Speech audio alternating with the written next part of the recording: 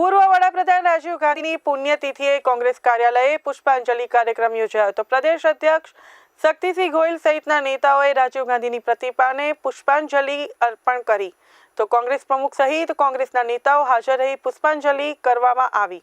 તો કોંગ્રેસ પ્રમુખ શક્તિસિંહ ગોહિલે પુષ્પાંજલિ બાદ નિવેદન આપતા જણાવ્યું હતું કે ભારતમાં કોમ્પ્યુટર લાવવાનું કામ રાજીવજીએ કર્યું હતું અને રાજીવજીની દીર્ઘદ્રષ્ટિ હતી કે તેઓ બોફોર્સ લઈને આવ્યા હતા।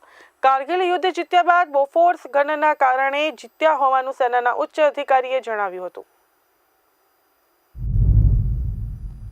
જેમણે 21મી સદીનું સ્વપ્ન જોયું આપણા દેશ માટે અને એક દીર્ઘદ્રષ્ટિથી રાજીવ ગાંધીજીએ જે કામ કર્યું એના મીઠા ફળ દેશને પ્રાપ્ત થયા।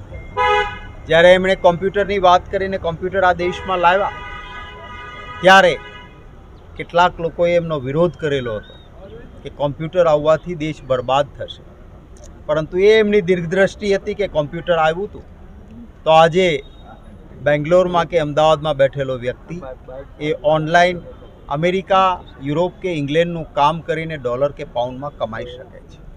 એ એમની દીર્ઘદ્રષ્ટિ હતી કે જે ઊંચાઈ અને જે ઠંડીમાં દુશ્મનો સામે લડવાનું છે ત્યાં કોઈ એવી ગન હોવી જોઈએ કે જે કામ લાગે, અને બોફોર્સ ગન લાવ્યા। ખૂબ આક્ષેપો થયા એમના સામે કે બોફોર્સમાં રાજીવ ગાંધીએ પૈસા ખાધા છે। ભારતીય જનતા પાર્ટીની કેન્દ્રમાં સરકાર હતી અને એ જ સમયે હાઈકોર્ટ અને સુપ્રીમ કોર્ટમાંથી ક્લીન ચીટ મળી કે બોફોર્સમાં રાજીવ ગાંધીએ 1 રૂપિયો ખાધો નથી।